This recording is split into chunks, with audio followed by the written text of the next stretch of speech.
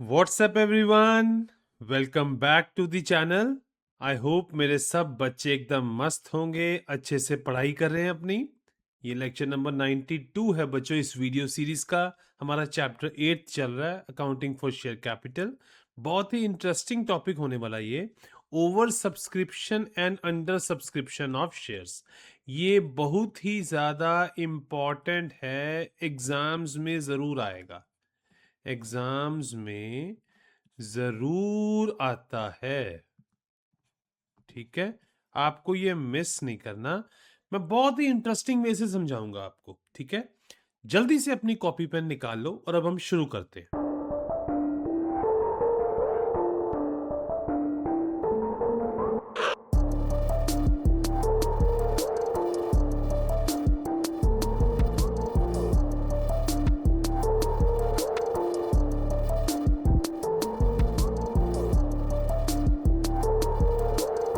बच्चों, over subscription of shares में क्या होता है? सपोज कंपनी ने शेयर्स ऑफर करने हैं 10,000, उसने इशू करने हैं 10,000 शेयर, उसने इशू करे, बट एप्लीकेशन आई 15,000 की।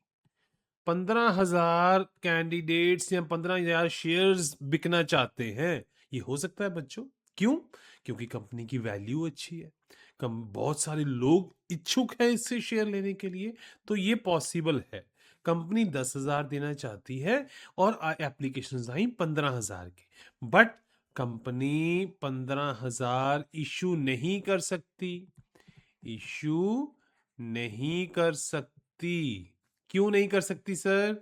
बिकॉज उसने ऑलरेडी डिक्लेयर कर रखा है कि वो वही 10,000 ही इशू करेगी।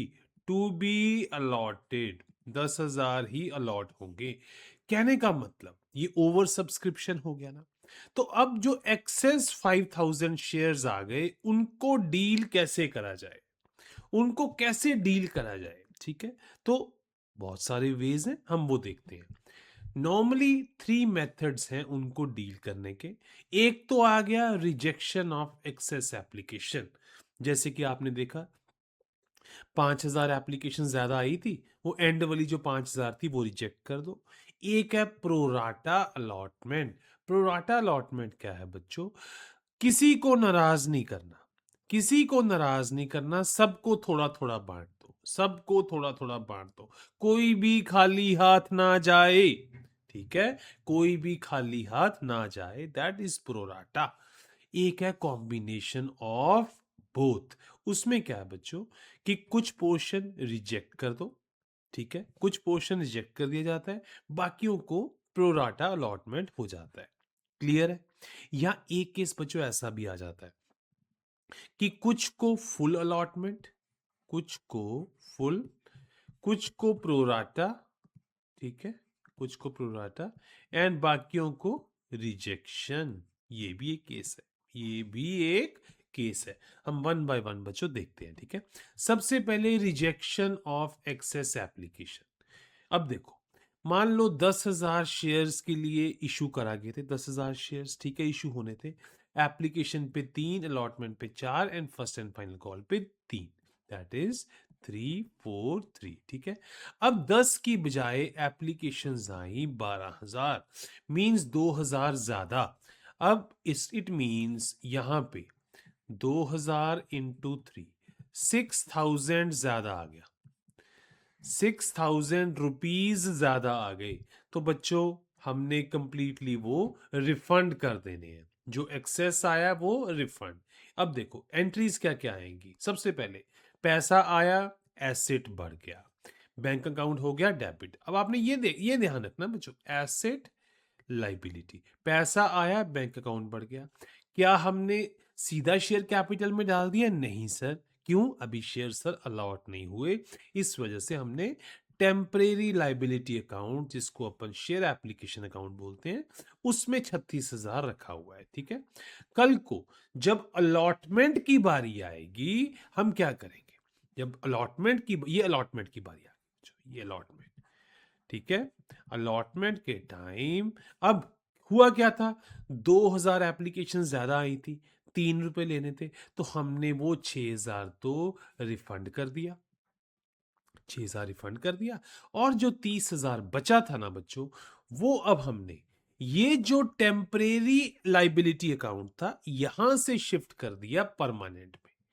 मतलब बात समझे, 30,000 रुपया जो टेम्परेरी लाइबिलिटी अकाउंट में पड़ा था उसको शिफ्ट कर दिया शेयर कैपिटल में। तो इससे हुआ क्या बच्चों, शेयर ऐप जो टेम्परेरी लाइबिलिटी अकाउंट क्लोज हो गया, परमानेंट लाइबिलिटी अकाउंट में सिर्फ 30,000 रुपया ही गया एज अ क्रेडिट बैलेंस, और जो बैंक अकाउंट पहले बढ़ा था 36 से अब वो 6 से कम हो गया, तो ये पैसा रिफंड हो गया।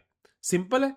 तो ये स्टेज आपने ध्यान रखनी है। बाकी एंट्रीज आप कर लोगे। अब अलॉटमेंट पे क्या होगा बच्चों, पहले आप अलॉटमेंट ड्यू करोगे। ड्यू में जितना पैसा लेना बनता है वो आपने परमानेंट लाइबिलिटी अकाउंट में डाल दिया। अब क्योंकि वो पैसा एक्चुअल में नहीं आया तो परमानेंट एसेट अकाउंट में तो जाएगा नहीं, तो हम टेम्परेरी एसेट अकाउंट में डाल देंगे वो पैसा, जिसको अपन शेयर अलॉटमेंट अकाउंट बोलेंगे, और उसका डेबिट बैलेंस होगा। क्लियर है। जब वो पैसा आ जाएगा जो ड्यू था, तो हम इस अकाउंट को क्लोज कर देंगे, इसको क्रेडिट कर दिया और बैंक अकाउंट को डेबिट कर दिया बच्चों। कहने का मतलब पैसा मूव कर जाएगा from temporary asset account to the permanent asset account. Clear है। जब फर्स्ट एंड फाइनल, अब मान लो फर्स्ट एंड फाइनल कॉल जब ड्यू होगी मतलब अब लाइबिलिटी बन गई कंपनी पे, तो शेयर कैपिटल में जितना ड्यू अमाउंट था वो आ गया बच्चों। जब भी ड्यू होना है तो आपने शेयर कैपिटल में वो पैसा ड्यू कर देना है, ठीक है। और अब क्योंकि एसेट साइड में क्या होगा, पैसा एक्चुअल में नहीं आया, टेम्परेरी एसेट अकाउंट में हमने पैसा डाल दिया। क्लियर है बच्चों। अब जब ये ड्यू अमाउंट पे हो जाएगा तो ये जो टेम्परेरी एसेट अकाउंट को क्लोज कर देंगे और इसका बैलेंस शिफ्ट कर देंगे बैंक अकाउंट में।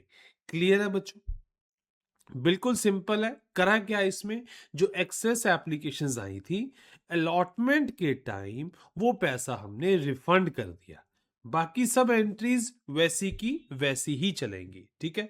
चलो अब देखते हैं pro rata allotment. Pro rata allotment देखो, 10,000 शेयर इशू करे थे, 15,000 अप्लाई कर दिए। इट मींस अब सबको नाराज नहीं करना, सबको दे के भेजना है। मतलब देखो 15,000 एप्लीकेशंस आई हैं, ठीक है, मिलने हैं 10,000, तो रेशो क्या आएगी बच्चों, 10,000 by 15,000, that is 2/3। It means सिर्फ 2/3 ऑफ द पोर्शन ही सबको मिलेगा। ठीक है। मान लो ए ने 300 शेयर अप्लाई करे हुए, सपोज ए ने 300 अप्लाई करे हुए, तो उसको 200 मिलेंगे। क्लियर। बी ने सपोज 1500 अप्लाई करे हुए, ये अप्लाइड थे बी के, ठीक है, 2/3, तो इसको 2/3 करेंगे तो 1000 आ जाएंगे, 1000 ही अलॉट होंगे। क्लियर। अगर सी ने 3000 अप्लाई करे होंगे तो अलॉट कितने होंगे, अलॉट कितने होंगे, 2/3, दैट इज 2000। क्लियर है बच्चों। ये मतलब इस तरीके से चलेगा। अब देखो यहां पे हो क्या रहा है, अब क्योंकि सबको सबने अप्लाई ज्यादा करें, अप्लाई ज्यादा करें, बट अलॉट कम हो रहे हैं, अलॉट कम हो रहे हैं। ठीक है ना। अब मान लो किसी ने 300 अप्लाई करे, सपोज एग्जांपल बच्चों, सपोज किसी ने 300 अप्लाई करे, इट मींस उसने 300 के हिसाब से एप्लीकेशन मनी दिया होगा। मान लो एप्लीकेशन मनी है 3 रुपए, उसने 900 रुपया दिया होगा, है ना। उसने 300 शेयर अप्लाई करे, पर शेयर एप्लीकेशन मनी था 3 रुपए, उसने 900 रुपया दिया, बट उसको अलॉट कितने हुए, 200। तो इसका मतलब उसका देना कितना बनता था, 600 रुपया ही बनता था, 600 बनता था ना, 200 ही मिले उसको। इट मींस उसके कॉरस्पॉन्डिंग 300 रुपया एक्सेस आ रखा है, 300 रुपया एक्सेस आ रखा है। अब ये एक्सेस को हमने डील करना है, ये एक्सेस को हमने डील करना है। कहने का मतलब प्रोराटा केसेस में हर एक शेयर होल्डर के कॉरस्पॉन्डिंग कुछ एक्सेस एप्लीकेशन मनी आया होगा बच्चों, उसको हम एडजस्ट कर देंगे अलॉटमेंट पे। हम बोलेंगे भाई को कि यार तूने अलॉटमेंट में भी तो पैसा देना है ना, तो तेरा एडजस्टमेंट हो जाएगा, देखो देखो तेरा एडजस्टमेंट हो जाएगा अलॉटमेंट पर। ठीक है। अगर उससे भी ज्यादा कुछ बच गया, उससे भी ज्यादा कुछ बचता हुआ ना तो तुझे रिफंड करेंगे, तो तुझे रिफंड करेंगे और पहली प्रायोरिटी रिफंड को मिलेगी। नहीं तो या अगर क्वेश्चन अगर बोलेगा तो कॉल्स पे जाएंगे, या क्वेश्चन अगर कहेगा तो हम कॉल्स पे जाएंगे, ठीक है। नहीं तो तुझे रिफंड कर देंगे। मान लो किसी से एक्सेस पैसा आ रखा था 500, अलॉटमेंट पर सिर्फ 400 ही कंज्यूम हुआ, ठीक है, उसको शेयर्स ही बहुत कम मिले, 400 ही मिले, 100 बच गया ना जो, तो वो लॉ कहता है 100 रिफंड कर दो, ठीक है, अनलेस और अनटिल आपने लिखा हो प्रॉपर कि वो 100 फर्दर कॉल्स पे एडजस्ट करना है तब होगा। क्लियर है बच्चों? ठीक हो गया। चलो अब हम जनरल एंट्रीज देखते हैं एक बार। सपोज XYZ ने 10,000 शेयर्स की एप्लीकेशन को इनवाइट करा, 15,000 की एप्लीकेशन आई, ठीक है, रेशियो बच्चों क्लियर बन रही है, 2/3 ज्यादा, 2/3 मिलना सबको, 2/3 मिलना, प्रोराटा अलॉटमेंट है, ठीक है। अब 15,000 के corresponding at the rate of 3, मान लो फॉर एग्जाम्पल 3 रुपए था, 3 रुपए था एप्लीकेशन मनी, 45,000 आ गया, हमने टेम्परेरी लाइबिलिटी अकाउंट में डाल दिया, share application account temporary liability में डाल दिया। क्लियर हो गया बच्चों? अच्छा, अब बात यह है शेयर कैपिटल में कितना पैसा जाएगा, वो तो 10,000 के कॉरेस्पॉन्डिंग ही जाएगा, दैट इज 30,000। शेयर कैपिटल में 30,000 ही जाएगा। क्लियर है? बाकी का पैसा देखो 15,000 हमने शेयर अलॉटमेंट में डाल के अभी रख लिया, हमने एक टेम्परेरी लाइबिलिटी अकाउंट था, देखो यहां से निकाला पैसा, इसको खाली कर दिया, टेम्पररी लाइबिलिटी अकाउंट एक क्रिएट करा, शेयर अलॉटमेंट अकाउंट, उसके क्रेडिट बैलेंस में वो पैसा पड़ा हुआ है, ठीक है। तो हमने क्या करा, इसको क्लोज कर दिया, इसको क्लोज कर दिया, जब अलॉटमेंट होगा तो ये अकाउंट क्लोज हो गया। फाइनली फाइनली 30,000 शेयर कैपिटल में रिफ्लेक्ट करेगा और 15,000 टेम्परेली शेयर अलॉटमेंट के क्रेडिट साइड में वो रिफ्लेक्ट करेगा। क्लियर हो गया बच्चों? अब जब अलॉटमेंट ड्यू होगा, देखो बच्चों जब भी कोई चीज ड्यू होनी है आपने पूरी की पूरी रिकॉर्ड करनी है। कैसे रिकॉर्ड करनी है सर? अलॉटमेंट ड्यू था, 10,000 के कॉरस्पॉन्डिंग 4 पे अलॉटमेंट पे लेने, 4 रुपए, तो हमने शेयर कैपिटल में 40,000 डाल दिया लाइबिलिटी। अब क्योंकि 40,000 अभी नहीं आया तो हमने क्या करा, एसेट साइड एक टेम्परेरी एसेट क्रिएट कर दिया। अब मैंने आपको ऑलरेडी समझाया हुआ है, जिसको हम शेयर अलॉटमेंट अकाउंट का डेबिट बैलेंस बोल देंगे, वही अकाउंट है, शेयर अलॉटमेंट के डेबिट साइड पे अब 40,000 आ गया हुआ है। क्लियर होगी यहां तक? अब जब पैसा आएगा, अब पैसा 15,000 कम आना है, क्योंकि 15,000 पहले आ गया था, देयरफॉर अब देखो बच्चों शेयर अलॉटमेंट का, अब शेयर अलॉटमेंट का देखो, ये सपोज शेयर अलॉटमेंट अकाउंट है, ये उसका डेबिट बैलेंस है, ये क्रेडिट बैलेंस है, ठीक है। आपने डेबिट साइड 40,000 अब रखा, ठीक है, टेम्परेरी क्रिएट करा, बट क्रेडिट साइड पहले ही क्रिएट हो रखा है 15,000, ठीक है। It means net debit balance है इसका कितना बच्चों, 25,000। नेट एसेट है ना, नेट एसेट 25,000 है। तो ये 25,000 जैसे ही हमें बैंक अकाउंट से आया, जैसे ही पैसा आया बच्चों, तो हमने इस अकाउंट को कर दिया क्लोज और बैलेंस था शिफ्ट था वो कर दिया बैंक अकाउंट में। क्लियर हो गया? और अब जब first and final call due थी, first and final call due थी, 3 रुपए लेने थे 10,000 शेयर के हिसाब से, पहले ड्यू कर दिया, 30,000 रुपए शेयर कैपिटल स्टैंड कर दी, और टेम्पररी एसेट अकाउंट जो हमने क्रिएट करा था उसमें डेबिट बैलेंस में हमने शो कर दिया 30,000। जब कल को 30,000 हमें मिल गया, जब कल को 30,000 रुपया हमें मिल गया, हमने बैंक अकाउंट को डेबिट कर दिया और ये जो टेम्परेरी एसेट अकाउंट क्रिएट करा था इसको हमने क्लोज कर दिया बच्चों। पहले डेबिट था ना, पहले उसका एसेट बैलेंस था, डेबिट बैलेंस था, अब उसको हमने क्लोज कर दिया। क्लियर है? क्लियर है बच्चों? अब हम देखते हैं third case, combination of rejection plus pro rata, बहुत इंपॉर्टेंट है, एग्जाम में यही केस आता है। इसमें क्या होगा, कुछ केसेस को रिजेक्शन होगा, कुछ एप्लीकेशंस को रिजेक्शन मिलेगा, कुछ केसेस को फुल अलॉटमेंट मिलेगा, कुछ को प्रोराटा अलॉटमेंट मिलेगा, कुछ को प्रोराटा। बहुत इंपॉर्टेंट है। अब देखते हैं एग्जाम्पल के साथ। देखो PQR लिमिटेड ने 10,000 शेयर्स इशू करे, एप्लीकेशंस आए 16,000। डिसीजन क्या था बच्चों? 16,000 में से 2,000 तो कहते हैं रिजेक्ट कर दो, 6,000 को फुल अलॉटमेंट मिलेगा और बाकी जो रह जाएंगे उनको प्रोराटा बेसिस पे, मतलब टोटल इशू 10 ही होना है। क्लियर है? जैसे बच्चों मैं एग्जांपल देता हूँ। ए था, मान लो कोई ए ने 6,000 अप्लाई करे थे, ए को 6,000 6,000 मिल जाएंगे, ठीक है। बी था कोई, बी ने 8,000 अप्लाई करे थे, ठीक है। और सी था जिसने 2,000 अप्लाई करे थे। अब सी को तो कुछ नहीं मिलना, बी जिसने 8,000 अप्लाई करे थे ना, उसको 4,000 मिलेंगे, उसको 4,000 मिलेंगे। कहने का मतलब अब देखो 8,000 वाले को 4,000 मिलने हैं, तो बिकॉज टोटल तो 10,000 ही रहना, मतलब हाफ हाफ मिलेंगे। अब इट मींस होगा क्या, जो बी कैटेगरी के एप्लीकेंट्स होंगे ना, इनका एक्सेस पैसा आ रखा होगा, इनका एक्सेस पैसा आ रखा होगा जो कि शेयर अलॉटमेंट में एडजस्ट होगा।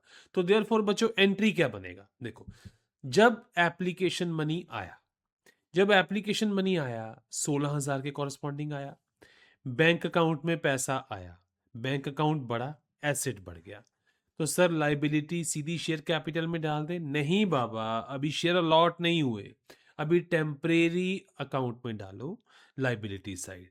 जो शेयर एप्लीकेशन अकाउंट है, टेम्परेरी लाइबिलिटी अकाउंट है, उसका क्रेडिट बैलेंस होगा, उसमें डाल दो। आप डाल दिए। अब बात आई अलॉटमेंट की। अलॉटमेंट कितना होगा? 10,000 शेयर ही, यही होंगे बच्चों। इट मींस 10,000 के कॉरस्पॉन्डिंग 3 रुपए अगर मानो तो 30,000 ही शेयर कैपिटल में जाएगा। क्लियर? जो 2,000 थे वो रिजेक्ट कर दिए गए, इट मींस 2,000 इंटू 3, 6,000 वो रिफंड हो जाएगा, ठीक है। और बाकी जो पैसा बच गया, बाकी जो पैसा बच गया बच्चों, जो कि इनका था एक्सेस पैसा, इन कैटेगरी का था जो एक्सेस पैसा, वो आपने डाल दिया शेयर अलॉटमेंट अकाउंट। 12,000 इसमें डल गया, वेल एंड गुड हो गया। अब हमने अलॉटमेंट जो पैसा लेना था 4 रुपए, उसको ड्यू कर दिया। ड्यू में बच्चों सारे का सारा पैसा शेयर कैपिटल में चला जाता है, ठीक है। मैचिंग प्रिंसिपल कहता है प्रॉपरली आप एंट्री रिकॉर्ड कर दो ड्यू में।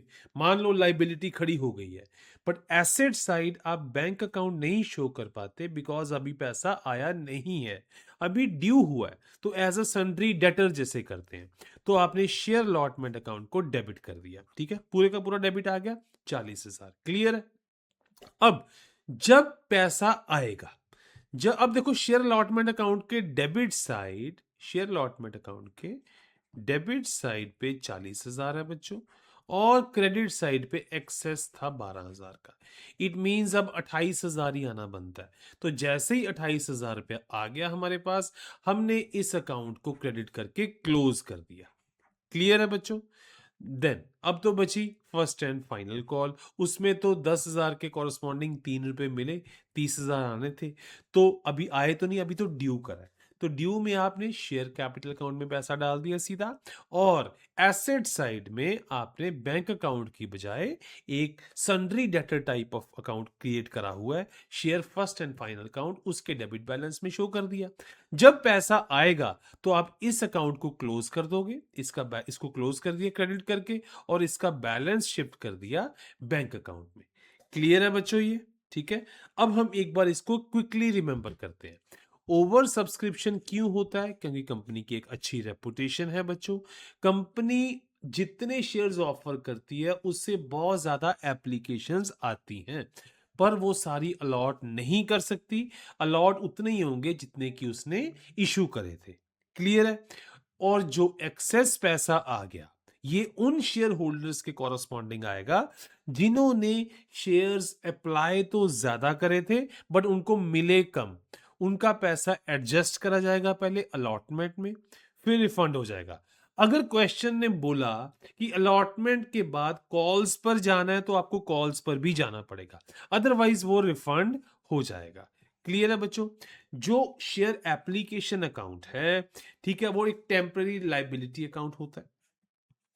जो एप्लीकेशन अकाउंट है, जो कि फर्स्ट टाइम जब एप्लीकेशन आता है, तो वो एक टेम्पररी लाइबिलिटी अकाउंट है, ठीक है, जिसका कि क्रेडिट बैलेंस होगा। जो उसके बाद के अकाउंट्स हैं, अलॉटमेंट और कॉल अकाउंट, ये एक तरह से टेम्पररी एसेट अकाउंट होते हैं जिनका कि नॉर्मली डेबिट बैलेंस होता है।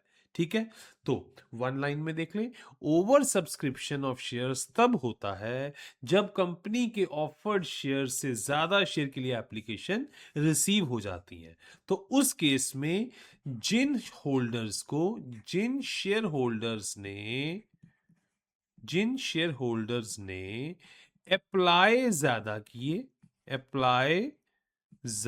किए बट उन्हें अलॉट कम हुए, उनका एक्सेस पैसा एडजस्ट करा जाता है।